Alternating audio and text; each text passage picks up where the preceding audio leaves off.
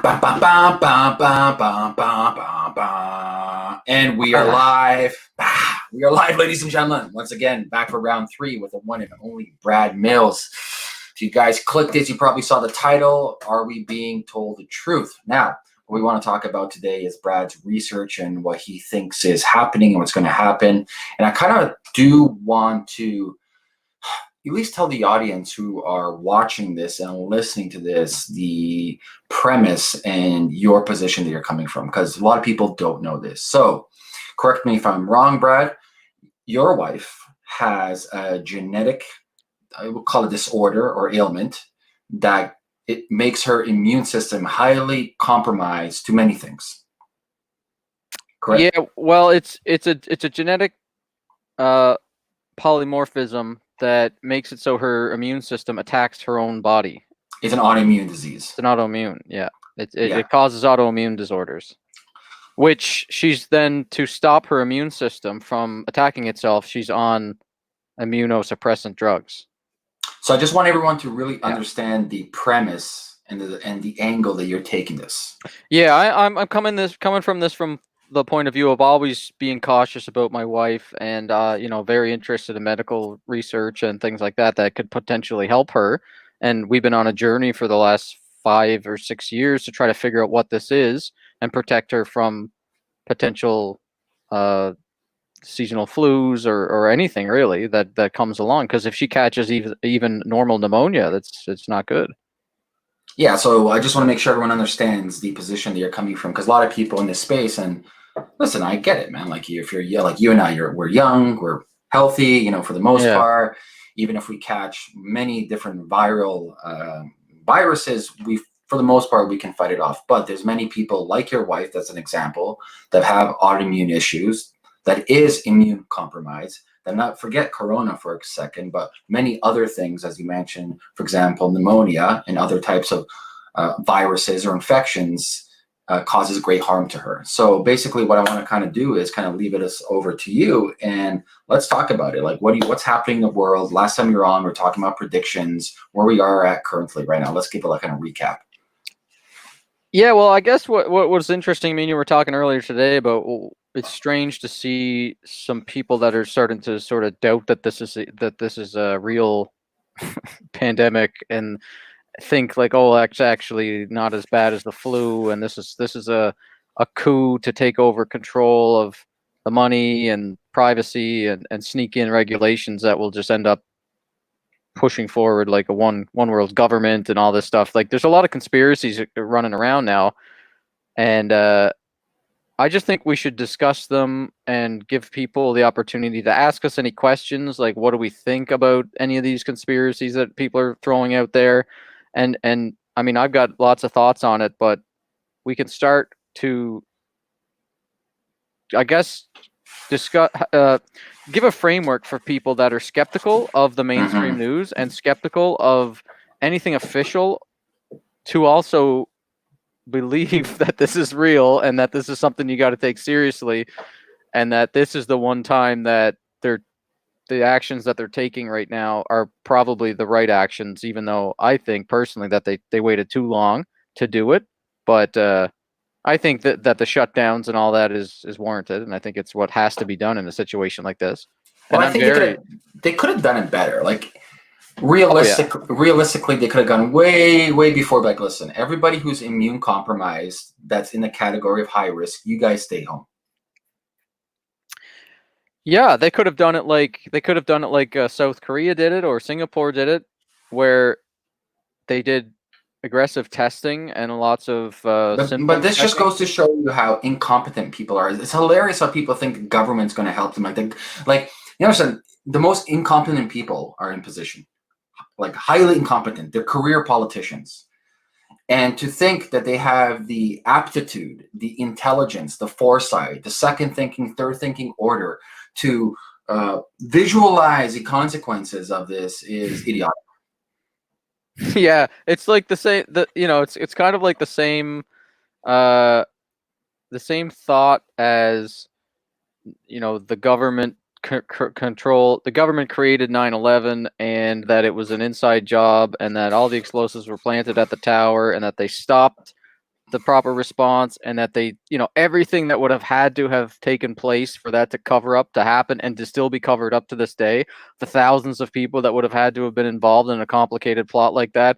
This is something that I've heard on Joe Rogan. He discusses like the logistics and the logic of, if that kind of a grand conspiracy was true, somebody would come out with lots of data. Like a lot of people would come out with data and show us that it was a hoax, or it was an inside job.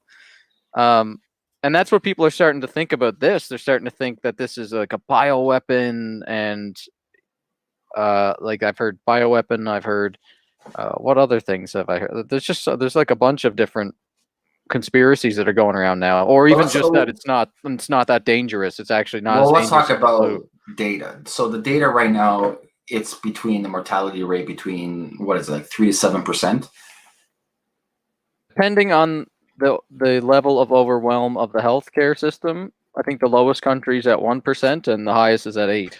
And which countries with 8%? I think that's Italy. So why data? Is it because of their healthcare system? It's because Northern Italy got overwhelmed. The healthcare system got overwhelmed, and then they have to start triaging people, which increases the mortality rate, because you just basically have to let people die because you don't have enough ventilators and ICU beds to deal with it. And that the mortality rate inside of Wuhan, China, was, where the epicenter was, that was also very high. But then as time goes on and we get more numbers, whether they're accurate or not, the mortality rate comes down as the healthcare system is not overwhelmed. Yeah, but Brad, China just said there's no more cases of over 1 billion people. Yeah, exactly. Like, and that's the reason why people don't know what to believe, because the numbers that we're getting aren't real. It's obvious that there's more cases in Canada, there's more cases in America, there's more cases in China. It's still spreading in China. It has to be. Like, there's no way that they can just totally shut it down. It's just that they're not reporting them, or they're not catching them. Whatever it is, it's not that we should 100% believe the numbers, but we shouldn't also just 100% totally disregard data and say, well, if it's coming from the CDC, it's not real, or if it's coming from CNN, it's not real. I mean, they put themselves in a situation where they've been bad stewards of the public's trust in reporting the news for the last 8 years, probably, and they're creating a situation where people have to turn to alternative sources, and there's a default bias of like skepticism now everywhere. So it's a really tough position we find ourselves in to try to figure out what's real, what's not real, and how do you think about these things. Yeah, so for me, it's more or less the reaction and how they approached everything. Like, I believe in context. Each country is different. The demographics is different. We know for a fact in Italy, it's much older demographics as opposed to other countries. Same thing with Iran. We know for a fact that if you're looking at Wuhan, with the air pollution, the current status quo of the majority of people of health there. So every country and area is very different. You can't paint the same picture everywhere. This goes against the face of just simple mathematics and variables. And so for me, what I'm more concerned is not the virus per se. Mind you, yes, it's very dangerous if your wife contracts it, and people should practice safety precautions. But what I'm more or less interested is the absolute horrendous, idiotic response the government has done. Like, I mean, they just shot their load for everything. They're done. Like, yeah, financially, you mean? That's life, man. I know people don't like to talk about, but that's fucking life. Like, without the economy, you don't put food on the table. You don't even have a fucking house. Well, there's like, this is a kind of, I've realized a tough line of logic to get a good path on, because we're in the West, and it's not really hit us yet. Like, give it 2 weeks and we'll be in a situation where we're like, okay, this is serious. And most people will stop with the nonsense about this isn't a serious problem. But there will still always be holdouts that will be tough to get out of the previous way of thinking and accept that this is the new real. But anyways, so we're in this situation where we're disconnected from the actual real life effects of having a coronavirus outbreak in the local area. China dealt with it. Italy's dealing with it. Iran is dealing with it. there's lots of places that are totally on board with we got to shut everything down and practice social distancing because it's overwhelming the healthcare system. And do you want to have either jobs and lots of money coming in and like 20% of the people dying because it gets so big of a problem that it overwhelms your healthcare system? Not necessarily that 20% of people that get it are going to die, but that there's already sick people and they need the hospital, they need surgeries, they need care. And when coronavirus is added on top of the existing load of the medical system, it makes it so that they can't get the proper care. Neither can the patients that already need the care. So there's tons of like second order effects of letting coronavirus run rampant through your country. And that's what UK was originally going to take, the herd immunity stance, where they were just going to let it run through everybody. And then a week later they did the math on it. And my wife was saying she was watching this video where the Queen Elizabeth or whatever was at like a party and was like waving to people, and they're like, "What are you doing?" Like that she's the one that you need to protect. She's the age group that's most sensitive to this. So like, this is such bad advice to be giving an example of like, giving an example. Oh, I'm the Queen. I'm out having fun at the social gathering. And then they realized, well, okay, wait a second. If 80% of the people in the UK get it, and there's a 5% complication rate, we're talking like a significant amount of overload on the healthcare system. And because we know from the data that this thing is super contagious, we know that that's not a good way to do it. It's like it really comes down to two endpoints. It's people are going to die because of overwhelm of the healthcare system, and this thing is not a fun thing to get. You don't want to be getting this. If you can avoid it, you should avoid it. So there's that. Shouldn't go find it. Yeah, don't seek it out. Like some people are saying, like I was on Tinder trying to find it. I'm like, Corona, where are you?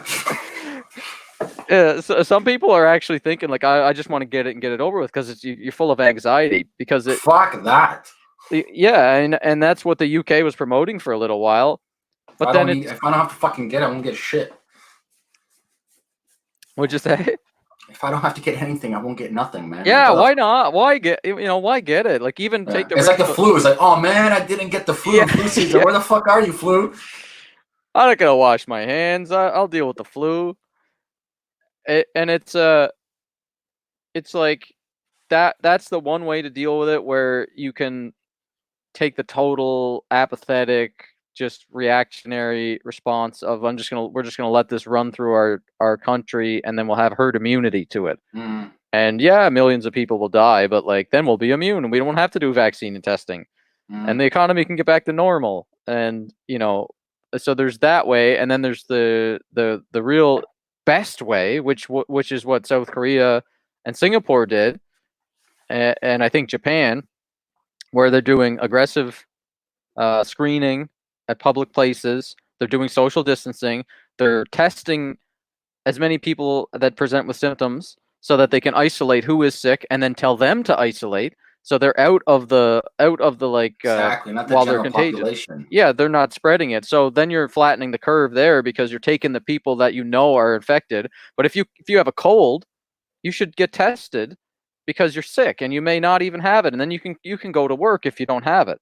So if they're testing everybody and taking everybody that is confirmed with coronavirus out of the public for 14 days to put them in this quarantine and send updates to people through text messages and all that, like, listen, there's a case in your area, be careful, wash your hands more, wear a mask or whatever. So that's the best way to handle it. That's what South Korea and Singapore did. And they're already back to normal. Like, life after 2 months is kind of back to normal there, except there's now like a lot more checkpoints where you're getting your temperature taken and stuff like that. And that's not ideal. It's a little bit Orwellian, but it's not like Mark of the Beast registry, like conspiracy theory. Mark of the Beast is mandatory vaccines, which I'm totally opposed to. Mandatory coronavirus vaccines? Yeah, non-tested, fast forward it, less than a year. Get the fuck out of here. Yeah, well, that's another thing that we'll have to discuss when it comes. But I'm not taking that shit. I'd say I would probably take it because of my wife's situation. I'd probably take it. She can't take it because with a compromised immune system, she would actually get whatever they're injecting. There's a chance that she gets it. or that she just gets sick and the antibodies don't even respond because she lost her immunity to rubella and measles even though she's been vaccinated to it. So her immune system's just messed up. People with compromised immune systems, sometimes it's just the antibodies don't stick or whatever. So there's those two ways of dealing with the coronavirus outbreak and how you can totally disrupt your economy in the long term, like the UK's method, where 20% of the people are going to die and then you're going to shut everything down anyways. Like that's a just total disruption of the economy. Then there's the Singapore way and the South Korea way, which is more like using technology and tracking people who are sick and stuff like that, which is not as disruptive to the economy because you still have people in the workforce, you still have people consuming, out doing things. And then there's the United States and Canada way, which, well, then there's the China way, which is total totalitarianism, communism, locking people in the apartment buildings, letting people just die where they are, running the mortuaries 24/7, the crematoriums, not reporting all the numbers. How many deaths do they say? 1,000? I don't know the full stats. I stopped looking at them when it was complete bullshit. Yeah, because really early on it started to come out. There was leaks coming out that, and it wasn't even leaks. It was CDC confirmed it after the doctors went in there, the WHO, that the Chinese doctors were recording the coronavirus deaths as like the comorbidity. So they would say like pneumonia, like the listed cause of death would be pneumonia or heart failure or suffocation or something like that. They would put those non-coronavirus, and they wouldn't report them in the official death stats. So we knew early on not to trust the numbers coming out of China. This isn't about trusting China. This is just about it's real. It's not just happening in China. It's happening all over the place. And for some reason, there's still this narrative that it's the flu is more deadly. I heard that a bunch of times recently. I just still don't understand how people can think the flu is more deadly. They're looking at total numbers. That's why. Well, the logic I discovered was that they're assuming that the total numbers are wrong and that so if let's say there's 10x more cases of coronavirus because we don't have the test kits, which is probably a low end estimate, right? They're saying that if there's 10x more cases of coronavirus, then we're catching all the ones who've died, but not the ones who are infected. So really the numbers of mortality is much better because everybody has it and only the only real numbers are the deaths. So there's two logical flaws there with that thinking. That's just cherry picking your data to say, oh, well, I'm going to assume that everybody has it. But then you're also assuming that all the deaths that are being recorded are recorded properly, which we know from China and other places that they are not always recording the deaths properly. So you're assuming that you're right on the 10x more infections, but you're also trusting the data about who's died from coronavirus. So it's like, oh, I don't trust the numbers, but I trust these numbers. So therefore it's not as bad as the flu. That's a bad way to think about it. I don't think that's a good logical way to think about it, because if you can assume that they're going to lie about how many people actually have it, they're probably also going to lie about how many people died from it. But let me ask you this question. The people that do have it, that aren't in that category of being severe, that needs hospitalization, is it exactly the same symptoms as a flu, or is it much more worse? Well, so you're asking the people that have it that don't know they have it? No, people that have it that might not feel well, are they experiencing it worse? Like compared to a flu, how bad is it, or is it exactly the same as a flu?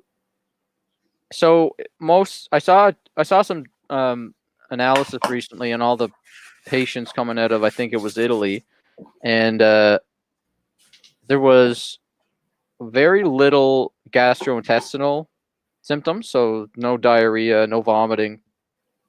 There was very little nausea. There was very little sneezing and stuffy nose and things like that. So there's this strange, mostly the symptoms are of a mild case are just cough, fever, and heavy like shortness of breath, heavy chest feeling. Exactly the flu symptoms. Well, the flu for me is like when I get the flu, it's I feel like I got a cold and a runny nose, and I had some flu that I came back from Mexico 3 years ago. I was bedridden. My temperature hit 40. I was shaking. I had cold sweats. I thought I was going into some kind of fucking sixth dimension of hell. yeah, but wouldn't you also feel like if you got the flu that you've got other things going on too? I don't know. I don't get sick, man. I support my immune system. After that, after 2, 3 years ago from that fucking experience in Mexico, maybe I caught some crazy jungle bug in Mexico. Well, But a lot of the things when you get, I've noticed that you go in and you get tested and it's like, well, we don't really know what this is. It's like a gastritis or something like that. Like yeah, they just don't actually pinpoint what the sickness is. They I just, know. something's I going haven't been around. sick in 3 years, man. I get my vitamin C, vitamin D. I got my glutathione IVs, making sure I get my red light therapy, sauna therapy, cold therapy, low carb Jeez. diet. I don't fuck around. That's the way to do it. Strengthen the immune system. But Well, no shit, man. Like, well, bro, you have strength. You have a better immune system, and it's a win-win for everybody. but the thing is though, with this COVID-19, it's not necessarily that if you have a good immune system and you're healthy, you're going to be able to be okay. If you catch it, this thing can still knock you out and you can still have to be intubated and put on life support. It's not that it just because you're healthy, you should be out partying on the beach at spring break. It's like take your health Well, no seriously and shit. It's like also me going back in the jungle. Like, yeah, let me go get another fucking jungle virus. yeah, exactly. Like the dengue fever, whatever. That shit's fucked. So yeah, you don't want to just assume because you're healthy, because there was this article in I think it was Business Week or New York Times or one of these mainstream news sources that came out recently. It was like 99% of people in Italy that died had other health issues, and it's like it's a clickbait thing. It was like I Sure. went in and read it, and it was actually they were talking about the first wave of like old people basically that came in with it and they died, and most old people have like high blood pressure or heart disease of some sort. Like most older people have some other comorbidity, obesity, whatever it is, and that's considered another sickness. So most of the Obesity, old man. people. Obesity increases everything. Every aspect of health ailments in obesity. But the thing to pay attention to is that there was a lot of young people under 40 that Yeah, died but from I it. hate, I really fucking hate when I hear that. We're like, oh my God, he was so young or she was so young. She was 45 and healthy. No, no, no, no, no, no, no. I'm sorry. That is completely false. They just didn't know that they weren't healthy. I guarantee you, if we did lab markers, like looking at high C-reactive protein, looking at their hormonal panel, looking at fasting blood glucose, looking at all certain things like magnesium RBC, like all these different key elements of like a good functioning body, I fucking guarantee it, you would have seen stuff. So I hate when it's like, oh my God, Brad was 45, so young, healthy as a motherfucking horse. But oh no, he just died. I'm like, Yeah, I don't think they did quite an immune like a panel of immune health on everybody. They just kind of looked at it like in their previous medical records, did these people have any other like diabetes or any obvious health problems? They didn't look at like the things that a biohacker would want to look at to like make sure that they're optimally performing and their It's not immune even system is 100%. biohacking. Like most good doctors would look at high sensitive C-reactive protein as an inflammation marker. They would look at your testosterone panel, or not testosterone, but hormone panel. This would be in your like biannual to look at stuff, Well, if we're talking about this in terms of the coronavirus, like the majority of people don't even know what the hell you just said. So, like the majority of people don't think about those things. Do you know what I mean? Majority of the world is sick. Like let's Yeah, face it. Like considered, majority of the yeah, world, is not healthy. North America. What the fuck was obesity the leading cause of death now, or cardiovascular disease? Which one was it? I think it's heart disease. Yeah, it is. Yeah, heart disease, bro. Think about that. Heart disease. Yeah, Like but people aren't healthy. People are sitting on their fucking ass all day. They don't eat proper food. They're fucking on sugar 24/7. yeah, They don't get sunlight. They don't fucking exercise. They're not in nature. Oh my God, and we wonder why the fuck we're sick. Yeah, people are gonna have to Well, they're gonna have to pay more attention to their general health. I think at least I've been paying more attention to mine. I cut sugar out back in January when I first saw this coming in China. I'm like, I'm Yeah, going you back on went keto. keto. Yeah, It's a good like call though, man. It helps. anything I can do to like keep my immune system and get inflammation out of my Yeah. body. I could do a bit of exercise every day and try to get 7.5 hours of sleep, even though it's tough, like trying to keep up with all this news in the markets and everything. But I'll sleep until 10 a.m. And like, Mhm. if my daughter went to bed last night at like 12:30, so people just take it easy on yourselves. This is a shift right now that we're all experiencing. So just get good sleep. You don't have to go to work, so get good sleep. Sleep's important, man. People, man, I'm getting really fed up with like like people don't have common sense. And so fuck, he just made a tweet about it. I retweeted it. It was, let me pull it up.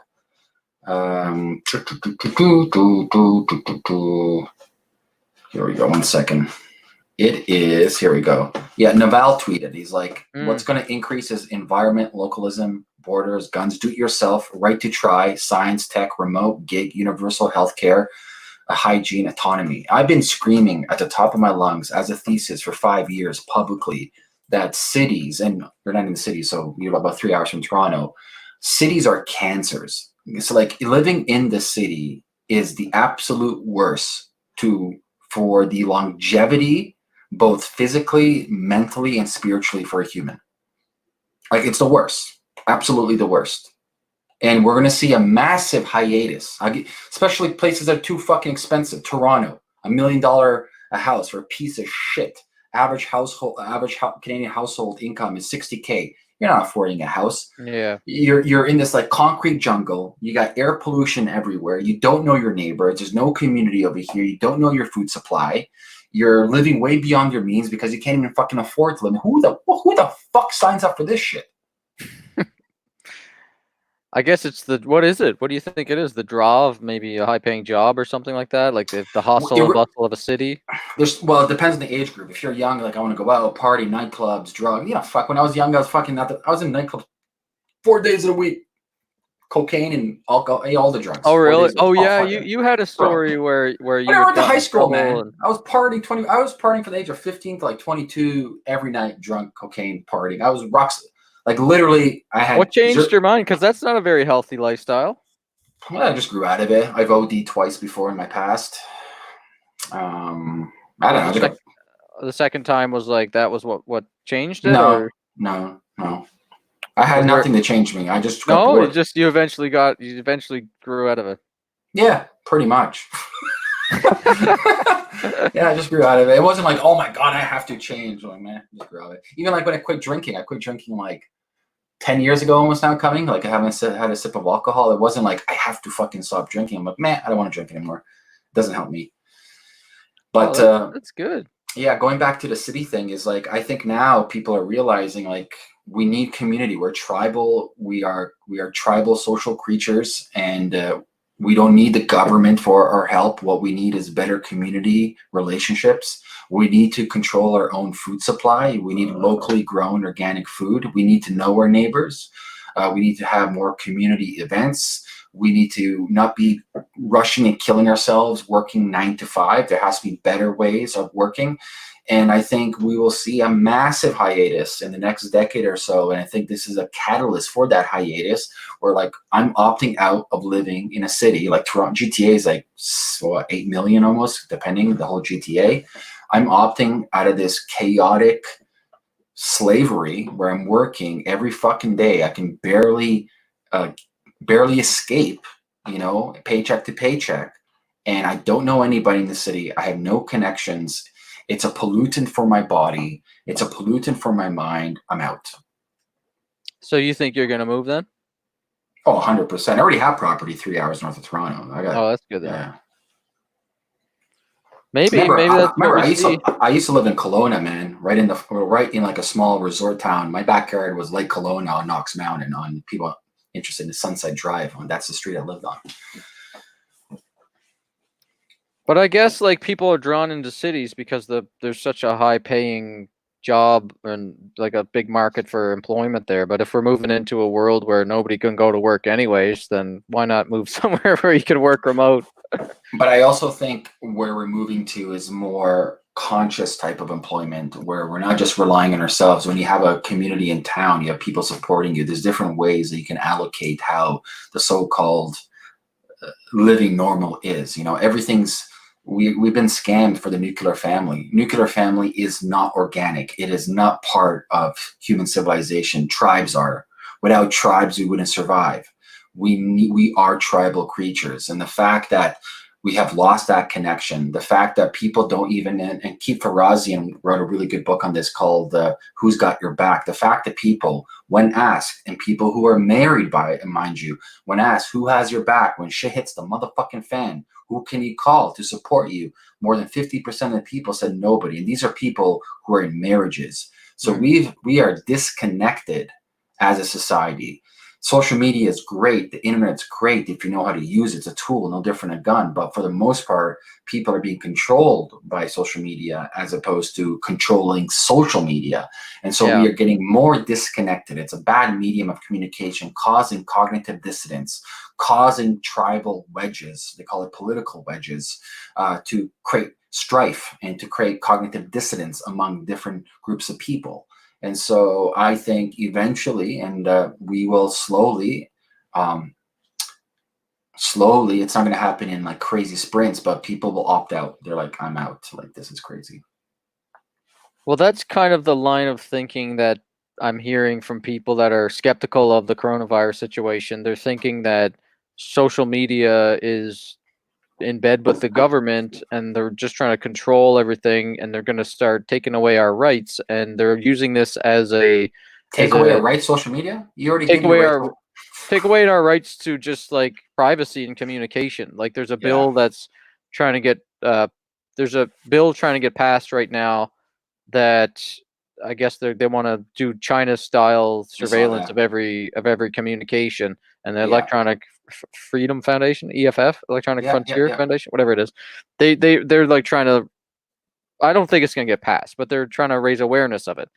And like, of course, like there's going to be dumb politicians that want to put like bills through that are lobbied by special interests. And I saw today that there was even some stuff about China's like offering all this help to these countries. They're offering ventilators and masks and like, medical equipment, but they have to take their 5G technology. Oh, I heard that. It was the Ministry of Finance or something like that in China. Said it publicly.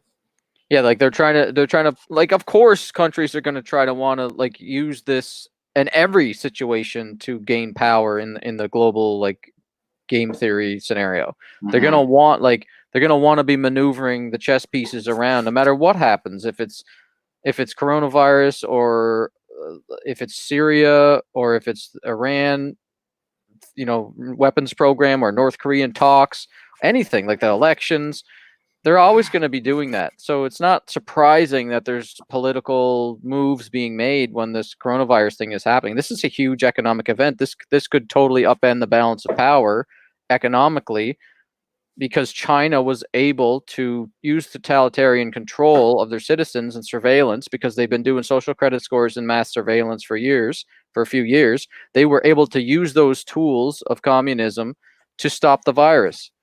But they're in a shit situation economically too. They're in a worse China's off economic People situation. forget this too. If they're connected to every citizen in China, what's stopping a third party entity, whoever that may be, powers that be, that can plug into this so-called Sauron's eye that sees everybody in China and use it at their own You mean like Batman? Yeah, Batman. Yeah, Batman could do it. Well, that was the episode of the Dark Knight. You remember when Bruce Wayne had tapped into all the citizens' cell phones in Gotham City and used it to track down Joker? It's from the comics. I'm a comic book geek, so that's Brother Eye. So in the comic books, it's called Brother Eye. And then he destroyed it right at the end. Well, Brother Eye in the comics becomes a sentient AI and fucks everybody up. So China just totally took that.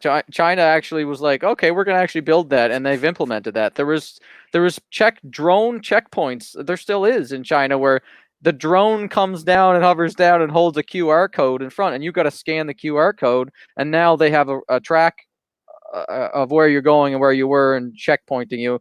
And so, like, there's a lot of really crazy stuff happening in terms of surveillance, and we should be aware to fight against that.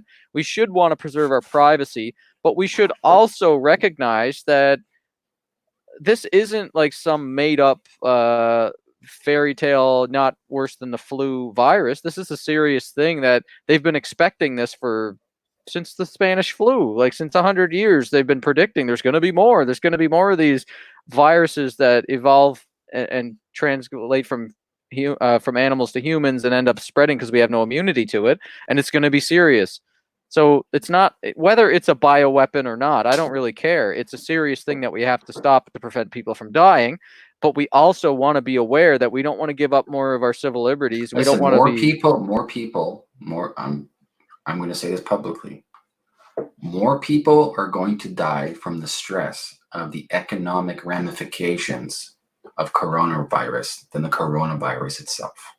Well, I think that's true now because we took the proper steps. Because we did states of emergencies. We quarantined like people coming back from countries that have outbreaks. Well, we're telling everybody. My brother just came back. Like, how you feel? I feel good. Go stay home. Yeah, exactly. We're not enforcing it. We're not enforcing it. That's good though.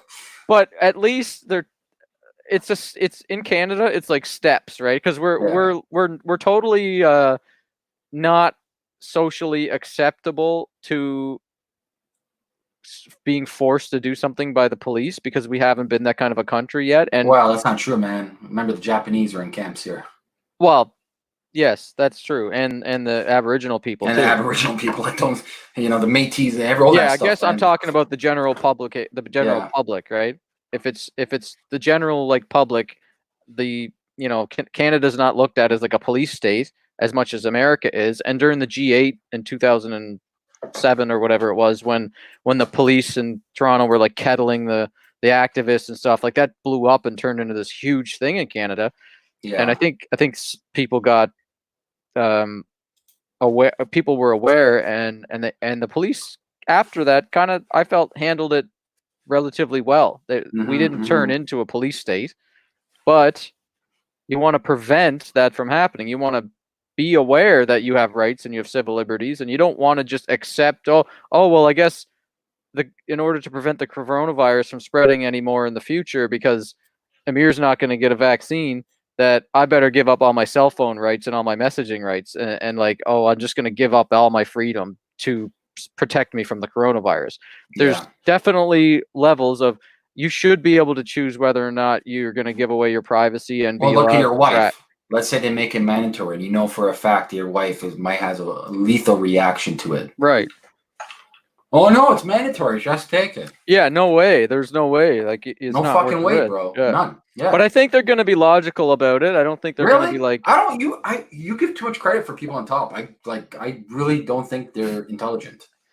I think they reacted too slow to this, and there was a lot of us that saw this coming, that were warning, like, this is going to blow up. They're importing the virus actively from Iran and from China and from Italy. Why aren't they shutting the borders down?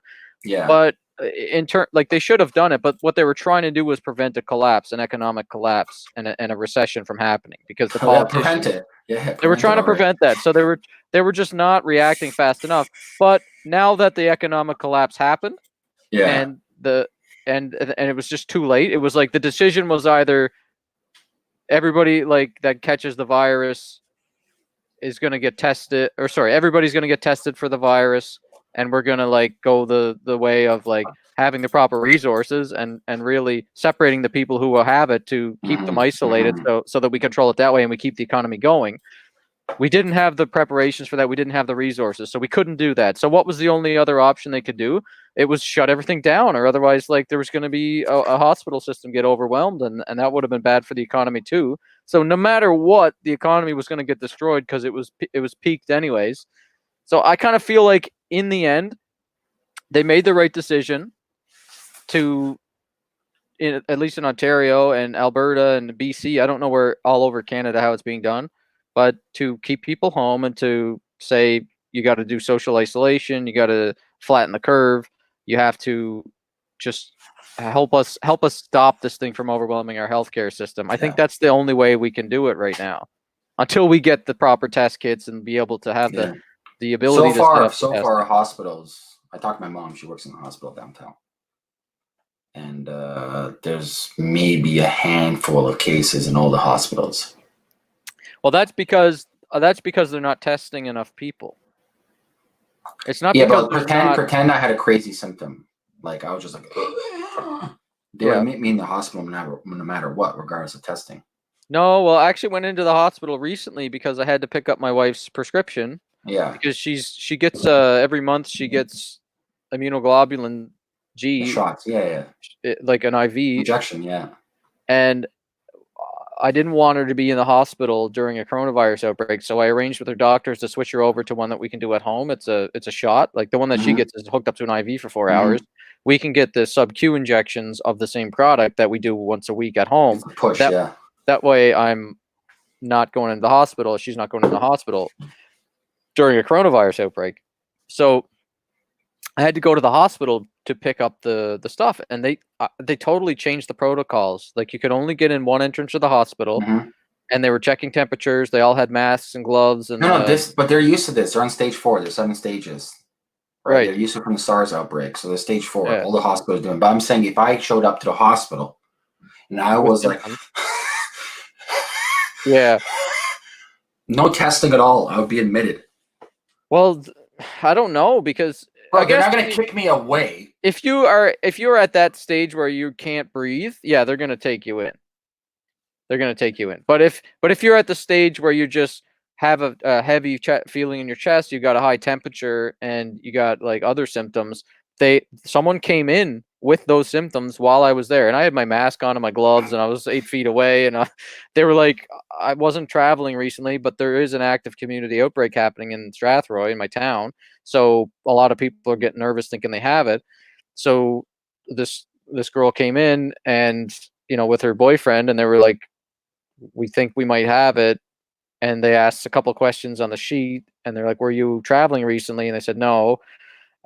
Did you come in contact with somebody that recently had it? And they said no, and they checked her temperature. She had a temperature. Yeah, but look, she has a temperature like any common flu or some other virus. Unless she's going to have some severe respiratory issues that she can't breathe. It's like, why?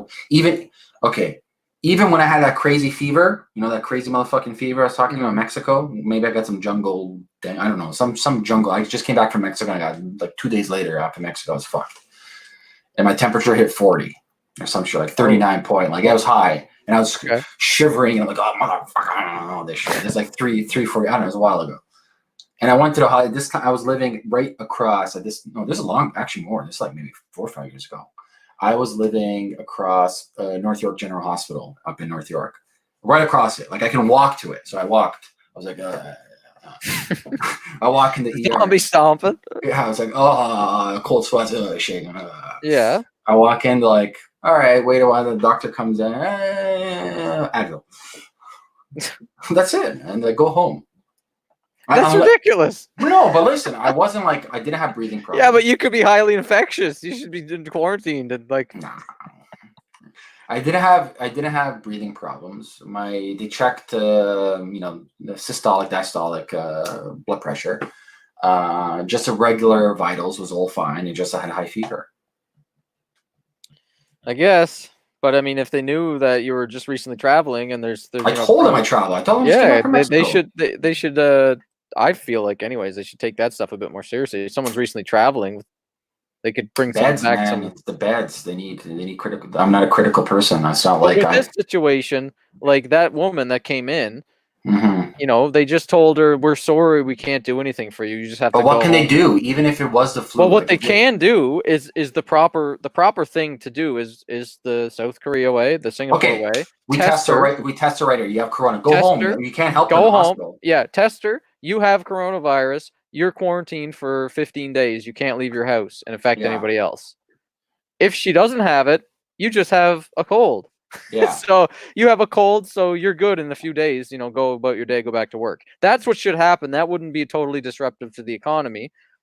But we're not testing people, which is the wrong way to do it. But we're kind of in the middle of the right way and the wrong way.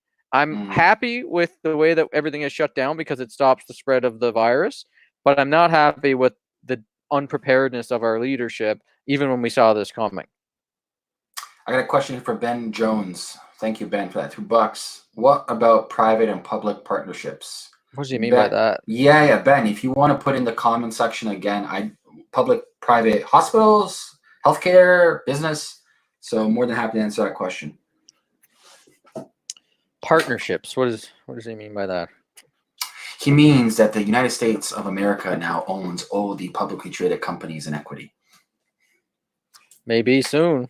No, they are. Not all of them. Not all of them. All of them, man. They're all joke, man. All of them are joke inflated crap mobiles. Well, they did announce today, didn't they, that they were gonna like not leave anything off the table in terms of supporting the markets. So that means buying stocks. Like they're gonna print money directly to buy stocks on the Fed's balance sheet. I think. Yeah. The Fed owns the stocks. Yeah, and Trump said, I think yesterday or today, that because Boeing was asking for like a $60 billion bailout, and Trump, I think, said something along the lines of like, if we're gonna bail out companies, the government should own them. We should own the companies that we're bailing out, which I kind of agree with. It is like a more step towards socialism. Ameer, yeah, I know 3 people infected in Toronto. They were at a big hackathon in Paris, and they got infected, and they're all chilling, and they're all doing fine. They don't have. I think they're just vectors. They don't have any crazy symptoms. Yeah, I know a couple of people that have it too, and they got over it. But the problem is, like, I don't want to catch it because you don't know the long-term side effects of it, right? Well, once again, I'm not too worried about this is the reason why I said at the beginning of this episode was the reason why you're so, I want to say fearful, but taking precautions is because of your wife. It is, but also myself personally, like, I don't want to be catching this. I don't know what the long-term side effects of this are. I don't want to just. Well, I'm more fearful of rushed vaccine than the coronavirus. Are you? Oh yeah, 100%. 100%. What if they? Because I mean, what would be in a vaccine for coronavirus that would be worse than the virus itself? Adjuvants. What is it called? Adjuvants.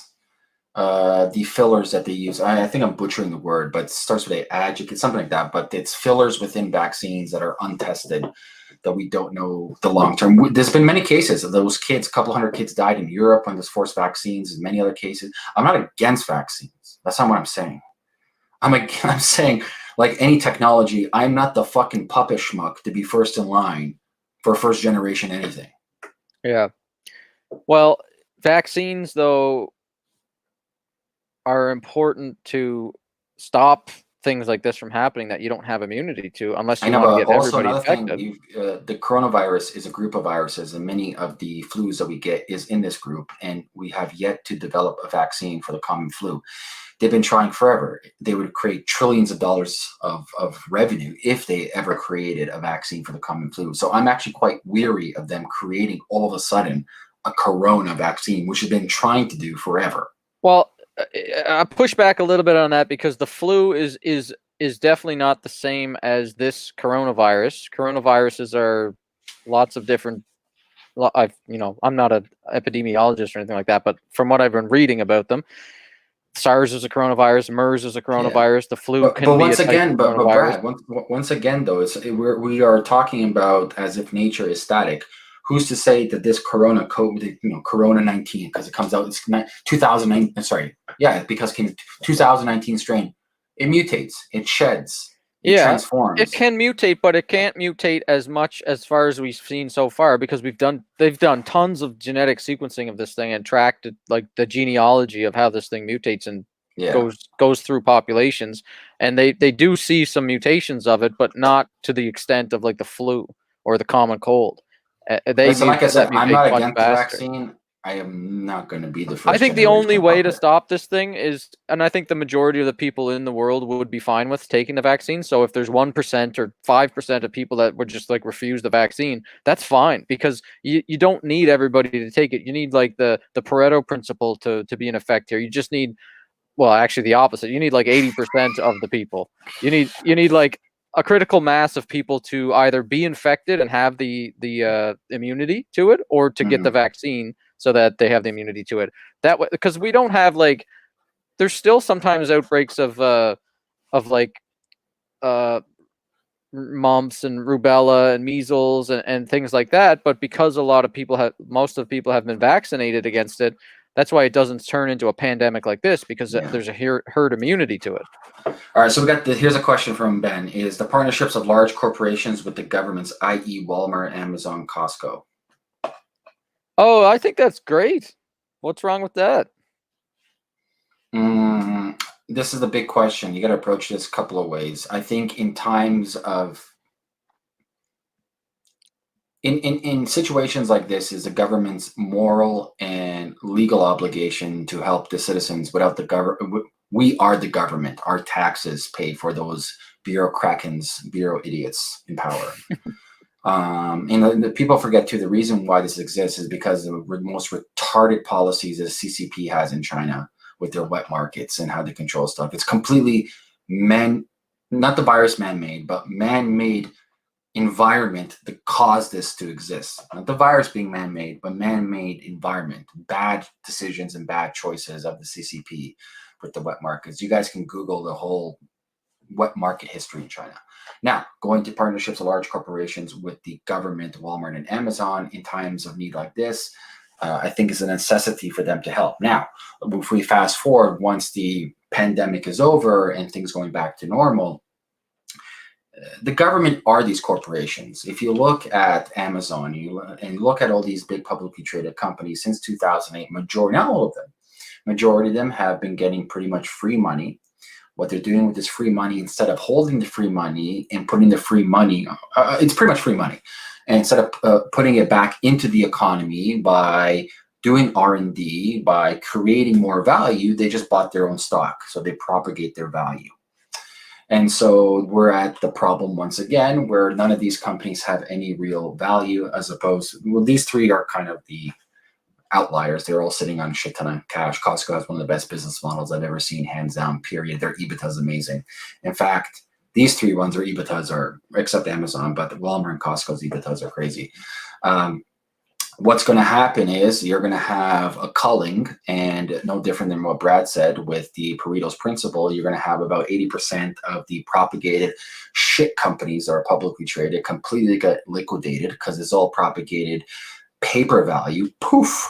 Hopefully none of these companies, but I'm not hopeful, they're all going to get fucking bailed out, and it's a scam. And I've been screaming at the top of my lungs, is like, fuck, all these people are getting 0% interest loans. Like, it hurts my head where like regular people would get UBI, people who are on EI will get help, but the entrepreneur, the self-employed gets fucking fuck all. But yet it's the entrepreneur, the small business owner that supports the economy, helping people locally. If I was in position of power, I'll be printing 5 years, 0% interest loans. I'll give $1 million to every single fucking small business in North America. Might go out there and build fucking value. Like, that's my solution in this situation. Yeah, that makes a lot of sense.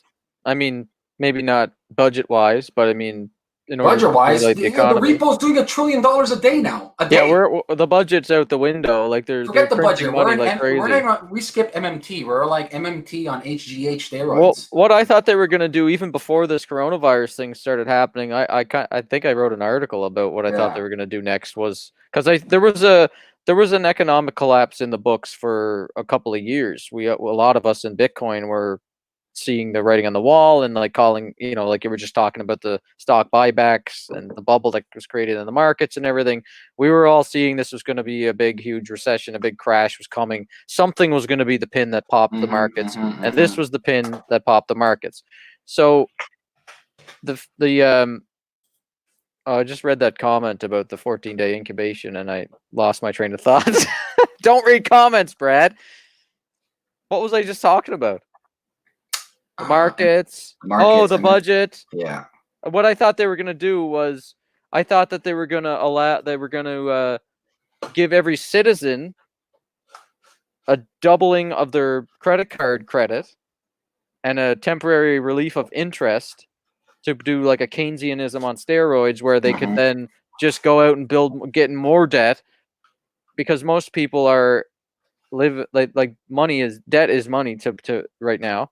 So Mhm. I thought they were going to do the UBI rather than doing just straight up airdrops in the bank accounts. I thought they were going to work with the banks to increase the credit of the available credit of people's credit cards, and like, you know, by 5 or 10,000 each person, and then say 0% interest for 4 years or something like that, and then just allow people to just spend that way.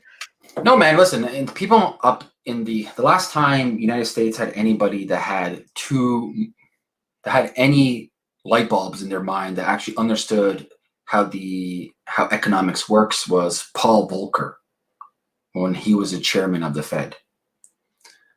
Read his book. His book is really good, and he got completely fed up at the end of his career with what's going on the left. That's the last time the Fed had somebody that knew what's going on. We don't have competent people on the top. They don't understand how economics works. We have fucking keyboard economists in their tenured position in university that's never fucking started a business in their life and don't understand natural laws of nature.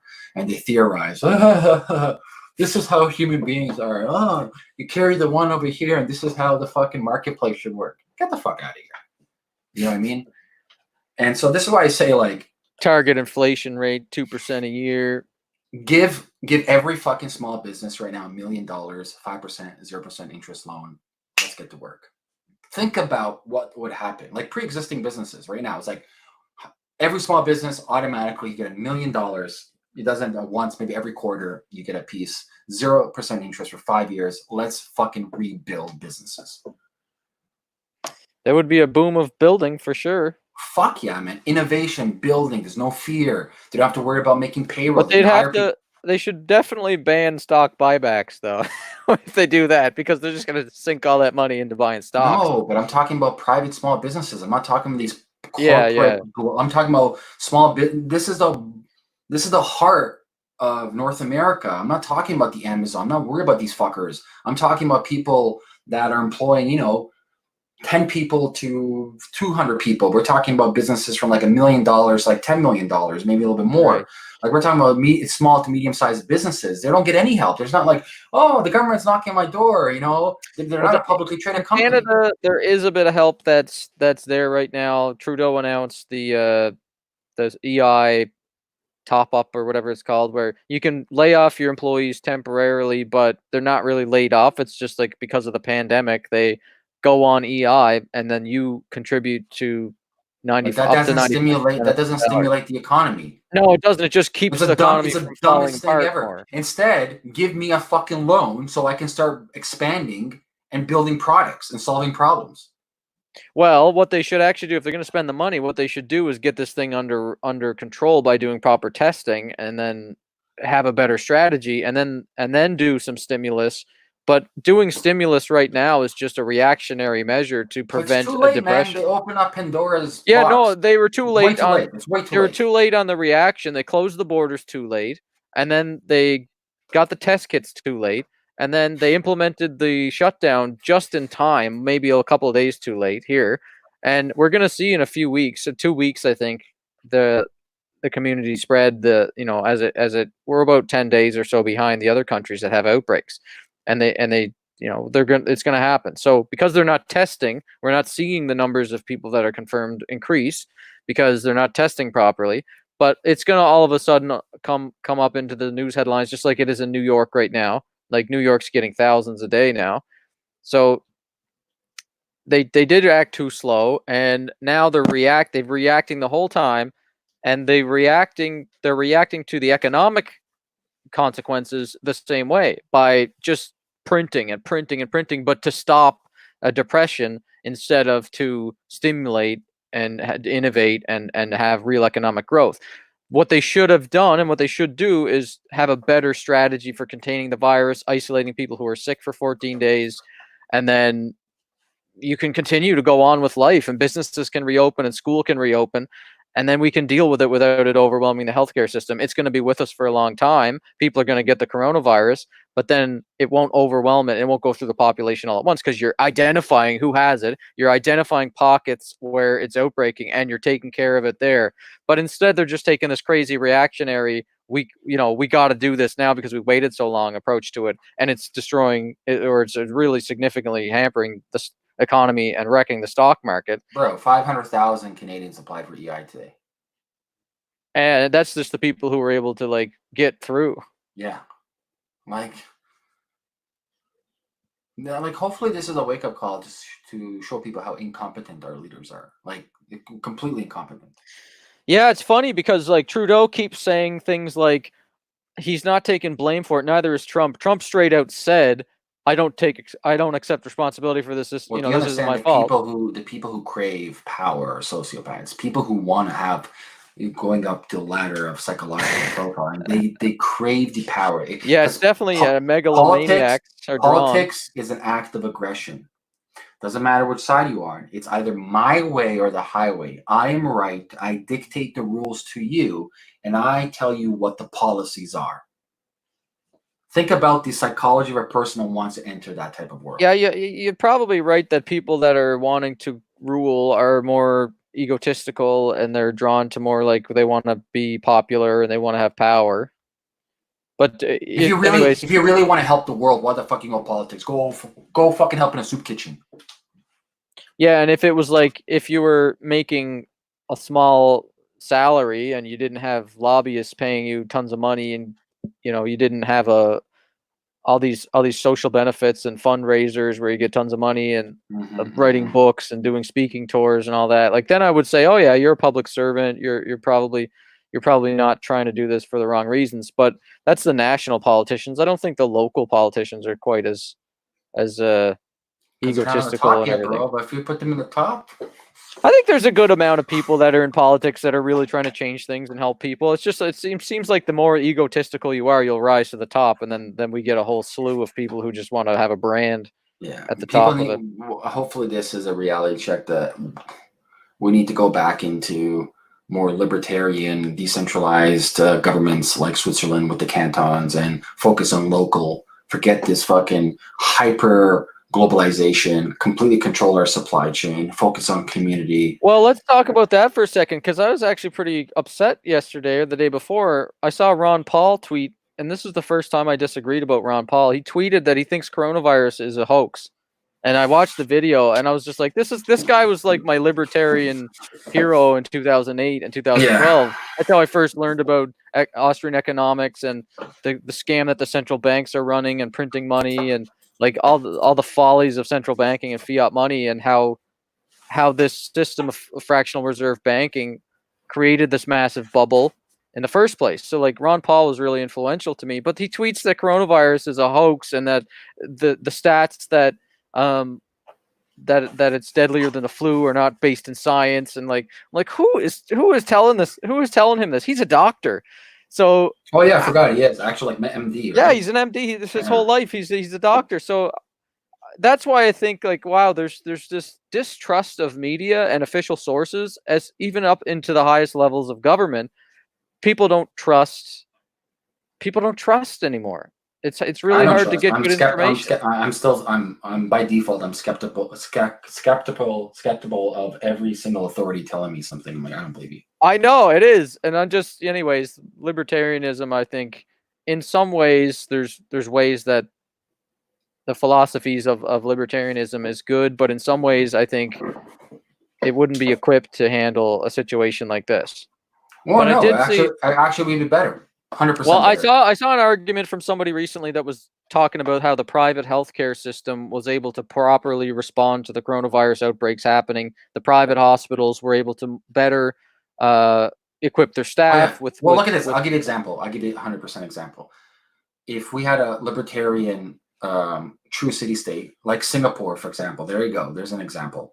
Or Singapore and what's the other one? No, we'll say Singapore, but we'll make a make-believe example here in Canada or United States, whatever. If all of a sudden if Toronto was a city-state and we were run independently and we had private hospitals and we had our own like privatized police force and not privatized, paid by our current flat fee taxes here, we would be much more quicker, much more agile. Don't need permission to wait from federal legislation like here in Canada, because federal supersedes anything that's provincial or municipal, and we can act much faster and quicker. We can close our borders right away, our city borders. No one can come in, come out, and we can start helping our own citizens at once, as opposed to waiting for what the fucking federal government wants to do. Well, I mean, I want to agree with the thought there, but you're assuming that the people that would be leading would be capable and good and have those proper decision-making skills to actually do that. Well, by default, they kind of would, because the whole basis is a libertarian, value-based, open market. Yeah. The only thing, though, is in this pandemic situation, when even though there was a better response initially by the private hospitals in the areas where the outbreaks were happening, it ended up not mattering because the government just took over all the public hospitals. They temporarily nationalized all private hospitals in Italy, and I think a couple of places. It was like Korea or something like that. There was I saw that coming out last week. There was like 3 or 4 countries that nationalized all the private hospitals and they just took it over. They activated the War Times Act both in Canada and United States. So what this gives, it gives the Prime Minister and the President dictatorship-like power. They didn't do the Emergencies Act here in Canada yet, and I don't think they did it in the U.S. either. They're talking about. I'm pretty sure they activated it. When did they do that? Like 2 days ago. Oh, that was Ontario declared a state of emergency. No. I'm talking about what Trump said. The Wars Act, that bill. Oh, he said he's now a wartime president. No. I don't think Trudeau didn't enact the Emergencies Act yet. He says it has a different name. It has a different name in Canada than they changed the name. I forget what it's called. It was called something else like 20 years ago, and then they changed it in the 80s or something, I guess. I don't know. War Measures Act. Yeah, they can just come and take your property. Thanks. It's ours. See you later. Yeah, and that's the thing that people are like starting to freak out about with the like on the conspiracy side, that this is all big planned by the lizard people to come and take all of our stuff. Oh yeah, because the lizard people want our stuff. I forgot. But like, I think there's definitely some awareness here that we gotta guard against losing civil liberties. Like this is a serious thing we have to fight against, and we have to 100%. give up some temporary conveniences and freedoms and stuff to like go out and do whatever the hell we want and go party. Like, if you don't take it seriously, because the state of emergency was declared, you're going to probably get fined or arrested. If you don't keep your business closed, you're going to get fined, whatever the amount is in your municipality. Here, I think it's $25,000 if you go against the state of medical emergency that was declared in Ontario. So we kind of have to practice civil obedience right now rather than civil disobedience, because this is a serious threat. And yes, we don't want this to end up becoming like a new way of life, that now they track every message we make. They have to scan you every time you go into a building and keep a record of all your like chemicals in your body and things like that. It's totally going. I understand we don't want to go towards the China communist sort of control one party thing. That's totally not what we want to happen out of this. So definitely let's guard against that. Let's protect privacy, but let's also be aware that this is no time for just raging against the machine. And we got to think that this is not just some fake hoax virus just because Ron Paul has been right on a lot of the things to do with economics and central banks and the 0.1% elite bankers and stuff. Doesn't mean he's right about the coronavirus being a hoax.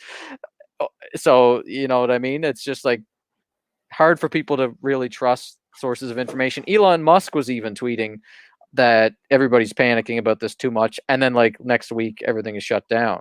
So there's like smartest people just don't understand sometimes if they're not even paying attention to it. Yeah, I'm just, for me, let me put it this way. It's a threat if you are compromised, such as your wife, hence the importance. There's a small category of the general population who are highly susceptible for the mortality rate of the virus. Totally understandable. The data speaks for that. I am way more now concerned with how many people are going to get fucking wrecked with the consequences. Yeah, the of their economy. politics. Yeah. Wrecked. Yeah. Wrecked, But bro. this is a serious global like health threat too, because our medical system can't deal with a massive influx of complications. So Canada needs to fucking then get private healthcare, and let's get competition for our socialist healthcare system. We rank 11th or some shit. Like we suck. Like fucking suck. That's kind of another topic. I think the Australian healthcare system is really good. They got a mix of public and private, and This is what we need. We have the same sort of rate of taxation as Australia, and they have the option to go over here. They're highly against private, and my wife's a doctor, naturopath, so there's very high criterias of what you're allowed and what you can't. Like I not too long ago, maybe a year ago, I just want to get a checkup for my kidneys and liver. Just check it out in with a nephrologist. It's not medical. You're gonna wait like 8 months. Get the fuck 8 months. I can go to Buffalo and pay. No, if you want to pay for that, you should be able to pay for that. That's what I'm saying. Yeah, I had the same thing. Like I knew 3 years ago that my wife had a genetic disorder. I knew it was genetic because I'd done some research on it, and I talked to a doctor in Salt Lake City, who gave me a bunch of things to go look at, right? So then I did a 23andMe test, and I found some evidence that there was a genetic polymorphism. And then I went to her doctors and I was like, let's investigate this. It literally took 3 years and like 4 specialists before we finally, about 2 months ago, got the results from their public healthcare test. I could have paid $100 2 years ago, did it myself, but none of the doctors wanted to take any responsibility for interpreting the results. I didn't need them to interpret the results. I knew how to interpret the results myself. And then it could have skipped a whole lot of time. I could have just paid the $100 to get the genetic test done, and then scheduled an appointment with the geneticist. I would have paid to have a geneticist if I had the option to look at the results with me. But going through the Canadian healthcare system, it was just like steps and steps and steps, and no one wants to take responsibility, and all these different specialists, and it just kind of delayed treatment for 3 years, which sucks. But in the end, I mean, we get the medicine paid for, and all the tests were free, and so they're not it's free, bro. They're not free. Not free. I mean, we pay for it with our taxes. But in Australia, I would have been able to go to the next level private system and just pay the extra $500 or something and get the treatment quicker. And to the other point, like if it's almost like I don't know if a free healthcare, private healthcare system would have been the answer here, because really what the problem here was we just weren't prepared, and our leaders weren't prepared with the proper equipment and the proper testing procedures. They didn't prepare. They didn't have enough test kits. And then now they're telling the public, rather than, oh, we're not ready, we mishandled this, and like, oh, we're sorry. They're just saying like, and you have to stay home because this is serious. They're just saying, don't worry about it. I'm the Prime Minister of Canada, and I'm not even getting tested because I don't have I don't even bad symptoms. You know, my wife has it, but I don't need to get tested. So they're just playing this dangerous game. His what's it called? Half brother got it, and he's quarantining himself. Yeah, and it would be much better. Obviously, we talked about this already, but it would be much better for us to have the testing capacity, test the Prime Minister. If he doesn't have it, then he can go back to work. Obviously his wife has it, so he's going to want to be quarantined. But you know what I mean? Like, test anybody who presents with symptoms, and then you know if they have it or not. But regardless, I don't think that a libertarian versus socialism or anything would really make a difference there. It's just the people in charge were not prepared, and they reacted poorly. Unless I had like a hospital that can produce lab kits in the back quick as a private hospital. Well, what they did in China was actually the solution that ended up working. Was they're communists, and they have authoritarian. What's the word? Authoritarian regime. We're going what, an hour and a half here? They have They have full control over the private factories, and they were able to just tell them whatever they wanted to, like whatever the government wanted, they can tell the companies to do, because everything is socialized there, like nationalized. And once a company gets so big in China, they just nationalize it. It's now communist controlled. So their reaction was like they have this power to just take over whatever they want over the means of production, and then make more test kits and make more masks, and by just rounding up slave labor, or even not slave labor. They even paying people whatever they do. Paying them, sure, $1 an hour. Well, they do have the Uyghur concentration camps in China, where there's millions, 2 million, 2 million, millions of people in these re-education camps. So it's not like, oh, China's and this is what the thing that I hate when I see people being like, oh, China did so well and China handled this so well. It's like, the reason why they were able to handle this so well was because they have no regard for humans. You were telling me something on the phone the other day. Tell me what you were saying there. I didn't realize that it's pretty.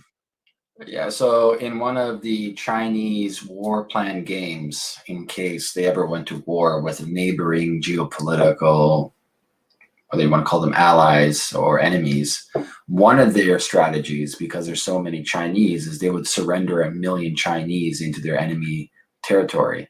So and under the War Times Act, they become prisoners of war. You can't kill them. So imagine look at the problem we have here with the hospitals and capacity. Imagine all of a sudden you have 1 million human beings you have to look after. What would happen to that country? Yeah, China's willing to go to lengths that no other country is willing to go to. The Communist Party of China.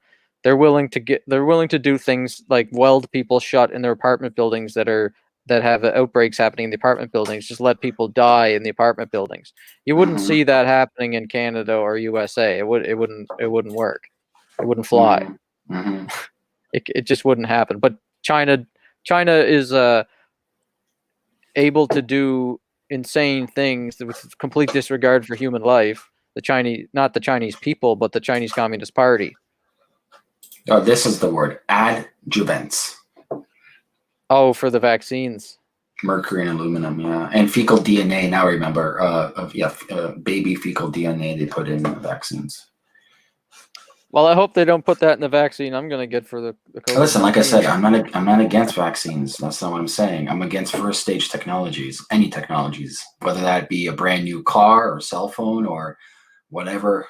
I don't touch first generation. I don't think we need to do mandatory vaccines, and I don't think that's going to be where it goes. I think technology is going to be able to solve this with proper testing. I think we're going to be able to do the South Korea, Singapore way of testing everybody, and then slowly you'll get herd immunity through people getting infected, because it's not as they know. Well, so first of all, if we find out that there's serious lung complications long term, like obviously you don't want to be just getting this virus to get the mild symptoms and get over it and risk the 0.1% chance of death if you're a healthy person.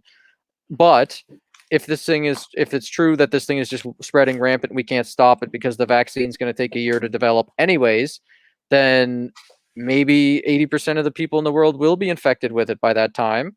And just like everybody in the world is infected with the common cold and the flu and all that.